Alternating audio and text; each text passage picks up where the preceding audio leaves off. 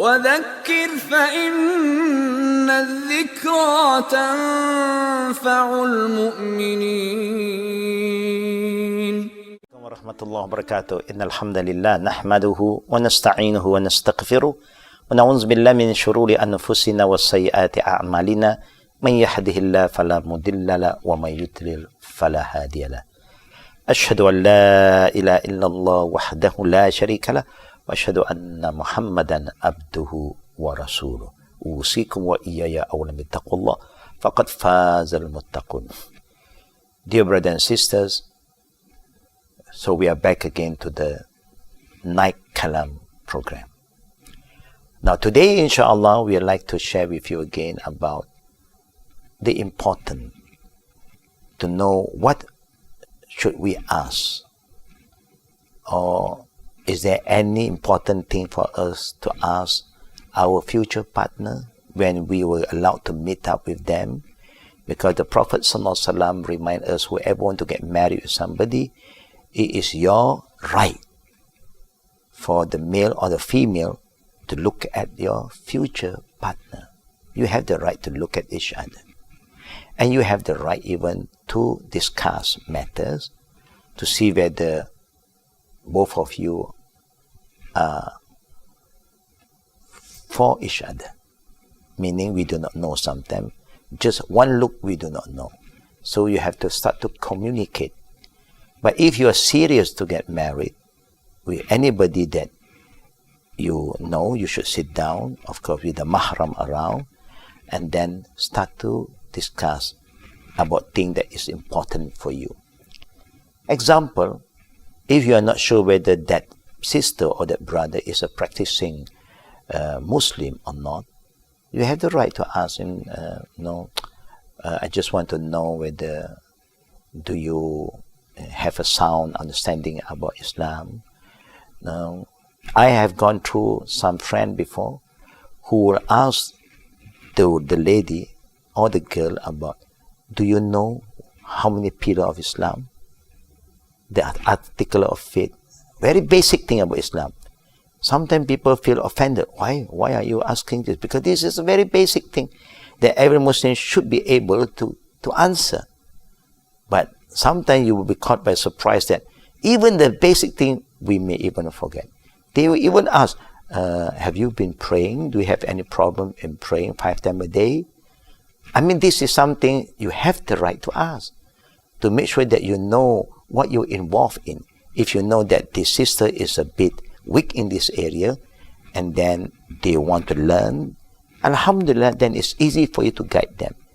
If not, maybe you may have some problem in the future. The same goes to the sister. Example, if you want to know whether this future man who's going to be your husband is a drinker, or whether he's a gambler, or whether he's a smoker, you can know. If you know it's when, you can even ask him, I just want to know, if we get married, do you think you can stop smoking? Example.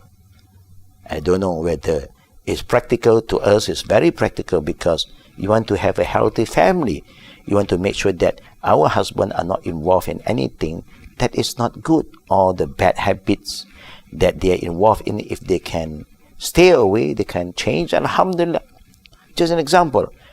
Because if you are not careful from the beginning, then of course you are going to face a lot of problems. You don't like smoking, and then now he loves smoking. All this kind of thing also can cause a lot of unrest in a family members. So these are the basic thing you can ask. How private is it? How private it is after you ask each other. Of course, you have no right to get exposed to other people. Oh, this man is not good for me because he know nothing about the deen. He is this, he is that. No, you don't have to say it. It's up to you to decide now whether this guy is going to change after you discuss with him. And if he said that, yeah, he is changing, he wants to be a better person, alhamdulillah. If he said, no, this is me, you have to accept, me as who I am. Then, of course, now you have to prepare yourself. I give you another example. In our country, in Malaysia now, if any new couple want to get married, they have to go through a HIV test. Why? To to make sure that everybody know what they are involved in. Both parties, not only the male but the female too. Not say you cannot get married. You can still get married, but you know that what you're involved in now, you're clean, both parties clean, alhamdulillah. If one is having some problem, and then you still like to proceed with the marriage, you can. But now you cannot give an excuse that in the future you want to end the marriage because of this problem. Because you are aware of that problem from the beginning.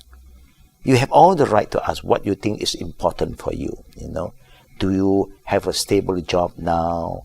Of course, there is your right to ask whether, to make sure that the future husband is ready to accept you and to carry out his responsibility.